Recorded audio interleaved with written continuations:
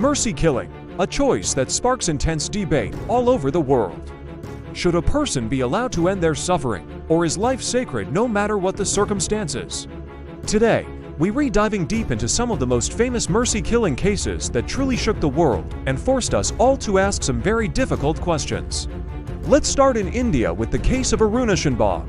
In 1973, Aruna, a young nurse, was brutally attacked and left in a vegetative state. For over 4 decades, she remained in this condition. A journalist named Kevorkian took up her cause, petitioning the Supreme Court to allow mercy killing to end Aruna's suffering. The court denied the request, stating that the hospital staff who cared for her were like her family and wished for her to live. Aruna eventually passed away from pneumonia in 2015. Her heartbreaking story spanned 42 years and became a pivotal moment in India's legal history, ultimately leading to the legalization of passive euthanasia. Now, let's go to the United Kingdom and talk about Tony Nicklinson. After suffering a severe stroke, Tony was left with locked-in syndrome. He was fully conscious and aware, but completely paralyzed from the neck down, only able to communicate by blinking. He described his life as a living nightmare and fought a very public legal battle for the right to a doctor-assisted death. He argued that the law, by preventing him from ending his life, was violating his human rights. The courts refused his plea. Heartbroken, Tony refused food and water and died of pneumonia just a week after the ruling in 2012. His widow continued his campaign, and his case ignited global debates on disability, autonomy, and an individual's right to choose their own end. Next, we have the case of Brittany Maynard in the United States. At just 29 years old, Brittany was diagnosed with aggressive, terminal brain cancer. Doctors gave her only a few months to live, a life that would be filled with severe pain and a loss of her cognitive functions. Unwilling to endure that fate, Brittany and her family moved from California to Oregon, one of the few states with a death with dignity law. This law allows terminally ill adults to request and receive a prescription for life-ending medication. In November 2014, surrounded by her loved ones, Brittany chose to end her life on her own terms. Her story, shared widely on social media, brought a young, vibrant face to the assisted suicide debate and became a powerful symbol for advocacy groups pushing for similar laws across the country.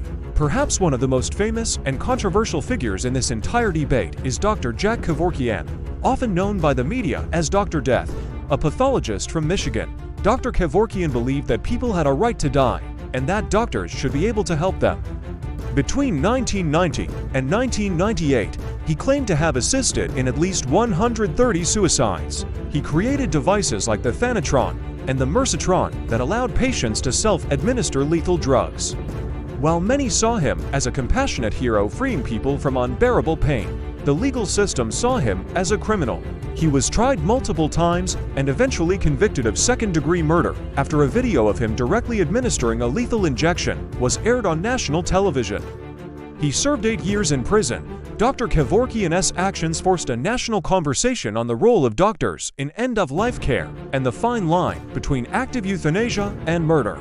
The legal and ethical landscapes vary dramatically from country to country.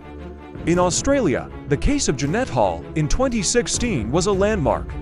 Terminally ill with cancer, she became one of the first people in the state of Victoria to be granted access to voluntary assisted dying under their strict new laws. Conversely, in France, Chantal, Sébire, who suffered from a rare and excruciatingly painful tumor that severely disfigured her face, pleaded with the French courts for the right to die.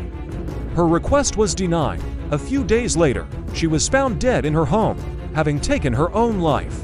These contrasting cases show just how differently societies around the world grapple with the moral, legal, and ethical limits of mercy killing. From India to the United States, Australia to Europe, the debate rages on. Is mercy killing an act of ultimate compassion, or is it a violation of the sanctity of life? Every single one of these stories challenges us to look within and rethink our own beliefs about ethics, medicine, law, and what it truly means to be human. If you found this video eye-opening, please hit that like button and subscribe for more stories that explore the complexities of our world. We'd love to know your thoughts, so leave a comment below. Mercy killing, is it an act of compassion or a crime? Thanks for watching.